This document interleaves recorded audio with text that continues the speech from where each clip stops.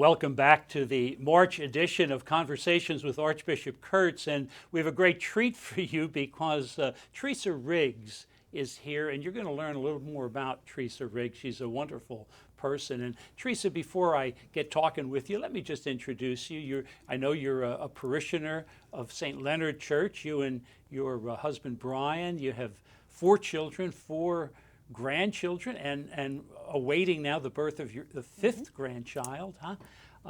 I know also that you've been very much involved in Mercy as well as St. X, and kind of cut your teeth on accounting and finances, and so I know you bring an array of background, and so I know you'll say something about your experiences, but welcome and thank you for being here. Well, thank you for having me, Archbishop. Yeah, absolutely, Teresa. I've gotten to know you a little bit, and partly because of the volunteer work you've been doing for the church. What got you doing this? I mean, what inspired you to give of your energy and your talents in volunteering within the church? Well, I think a lot of it was my family, because when I grew up, my family was volunteered quite a bit in our parishes. My dad was a cost accountant at GE. That's where I get my accounting from. Okay, good. And when I was younger, he was on the finance committee at St. Joseph's Church. And we always worked the picnics.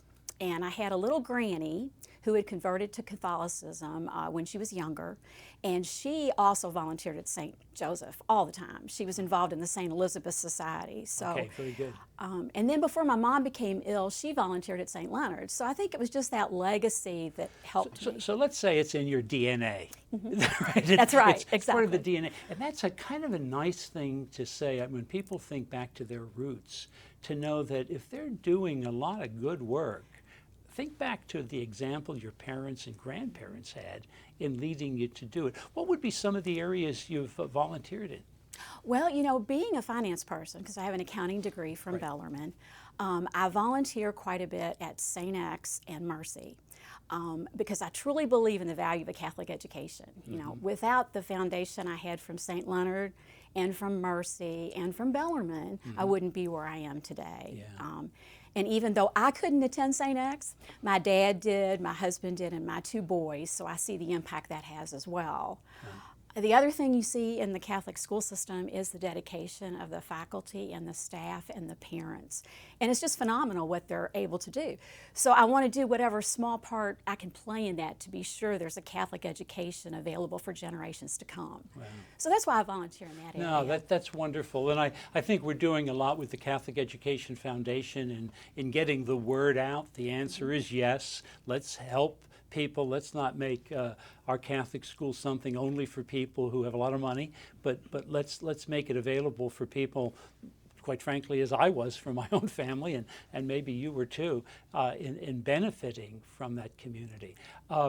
There is a sense, isn't there, that when we look at, let's say, a Catholic school, we obviously see the teachers and the paid staff, et cetera, but there's a wealth of engagement. And you see it too. Besides what it does for the school, obviously you're volunteering, what does it do for you? I mean, what makes you do it every year, let's say? You know, it's a two-way street, and I do it for several reasons. One of those reasons is I've been so fortunate in my lifetime. When you look back, and I've been so blessed, so lucky. I've got 4 great kids, a wonderful husband.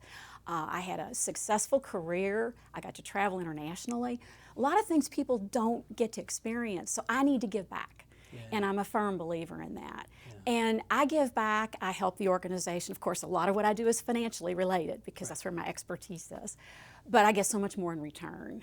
I've met so many fabulous people that I wouldn't have met otherwise. I've learned so many new things. I even know how a boiler works now after volunteering at St. Leonard. You know. That's good. I'm going to keep that in mind. Oh dear, that's a problem. I shouldn't have told you that one. And then I think too, you know, we get wrapped up in our own lives and there's so much stress and pressure. And I think volunteering helps us put it in perspective. Yeah. That there's much more to that. There are more important things to worry about and to contribute to, and just to do some good in the world. Yeah, in many ways, I think, of course, our Holy Father has been very good on this in saying that in some ways we discover ourselves more fully when we reach out and give back to others, huh? So I sometimes worry that people think, well, I don't want to get too much involved in other things. I'll lose my sense of self or self-importance, but actually it grows, doesn't it? It does. Yeah, It does. yeah. And just feeling like you can make some kind of a difference. And I think sometimes people feel like they really have to go and, oh, I might have to chair a committee or I may have to do something big. There are so many small ways to help. And I think in today's pandemic, the other thing you can do as a volunteer is just to pray. Yeah. We've told our older parishioners at St. Leonard, just pray for people. That's so important right now because obviously you can't get out and really do a lot of the social interaction and the volunteering. But there's somebody confined to their home, and yet through their prayers, they're engaged in the community itself, aren't they? They're participating. Wow, that's so important to be able to do. Last January, this past just 2 months ago, we had a little segment in which we talked about what might be some themes for this year. One of them I mentioned was lay leadership, the fact of lay leadership. And I liked the way you just said, it doesn't mean you have to do massive things. Leaders can do many, many different things. If there's someone out there thinking, gee, Teresa Riggs, she's very talented, she's got a lot of background, but boy, she's given so much of herself. What advice might you give to someone who's thinking, I wonder if I should get involved? I would say don't hesitate. Just jump in and do it. And you can start small. You don't have to start big. And just follow your heart wherever it leads you. You know, I think God gives us opportunities to live a faith-filled life. And volunteerism is one of those. And you can give time, talent, treasure. We talk about that a lot. Those are all very important in the realm of giving. And I think the give back that you receive in return for that is well worth it. You can make a significant difference. We did a small project at Saint Leonard and we broke it into small components. Everybody could play a part that way. And I think I would encourage volunteers today to look at what they do. Sometimes it's easier to do it yourself as a volunteer, but look at it and say, how can I engage other people? Break it into those small pieces so that we can engage people. One of the themes that I had talked about with others was the fact that our churches and our schools, volunteers also need to make room. They need to make room for someone else to come and work with them, huh? They do. And that came through very much your approach to things. Teresa, in many ways, you give us a great example of what it means to live your baptismal call. Not only are you, bringing obviously skills and talents that, as you said, you bring from your work experience and education, but it sounds like you're also the type of person that says, well, let me help out here. If you got to move a chair, let me help move it. And that's also the quality that in my coming to know you, I see that generosity in being able to help others, but also to welcome others. So I want to thank you very much for that.